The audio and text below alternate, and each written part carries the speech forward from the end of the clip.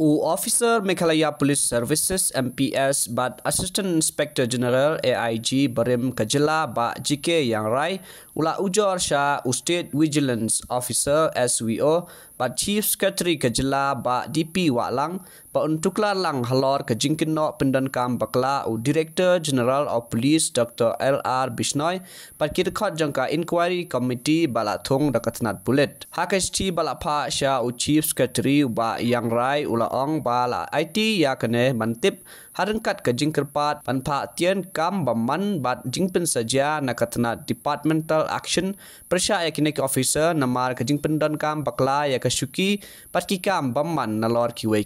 ula ong bahak alpasan trik nailor ke office UDGP kala IT ya kikot kisla bayadai bat ke kaipot pala IT da ke inquiry committee sha secretary katnat home police kabadon ya ki jingsyam jong ke committee ke bakli daw MK Singh Inspector General of Police Law and Order Meghalaya Police harengkat DNR Marak Commander 1st MLP Battalion Mau Yong Shillong kumbalai iha kapara benkong jong kene kaipot ke komiti kala ong ba kawe kekali Hyundai warna kabala penyeng ha central workshop kedai kabala ai da number thok bat umpat sim la register kene kekali da AIGA namar sim la don setia kikot kisla Uba yang rai ula ong ba ha kesipotrik rempang arjar pulai ha bajubab ya ki application pan ya ke kaipot jang ke inquiry committee ketnat polis persya ya kene ke copy la ai lengba kesti bapra terik rempang arjar pulai lengba Superintendent District Prison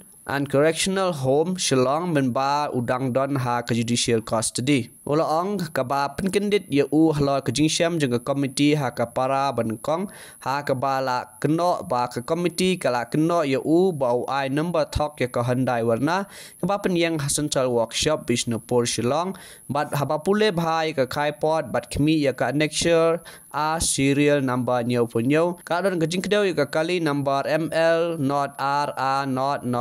way warna kabadon ya chassis number MRLC Prasaway CLKM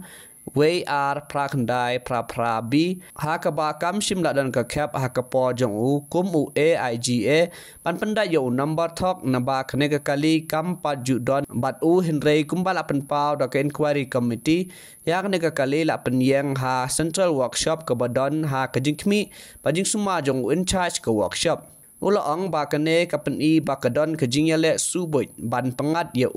da ka high level inquiry committee hapo ke jingpenya jong ki katto kane ki kwan ki officer pan pento bre ya ka kam bat ke burom jong nalor kene ba yang rai ulaya thu ba ha ka khatsau tarik rempang ajar pula hadin ba ulait na ka judicial custody ula sha kem bat sha wanra sha CID police station Meghalaya Shillong pan pendep ya ki jing don kam baro halor ke jing sha kem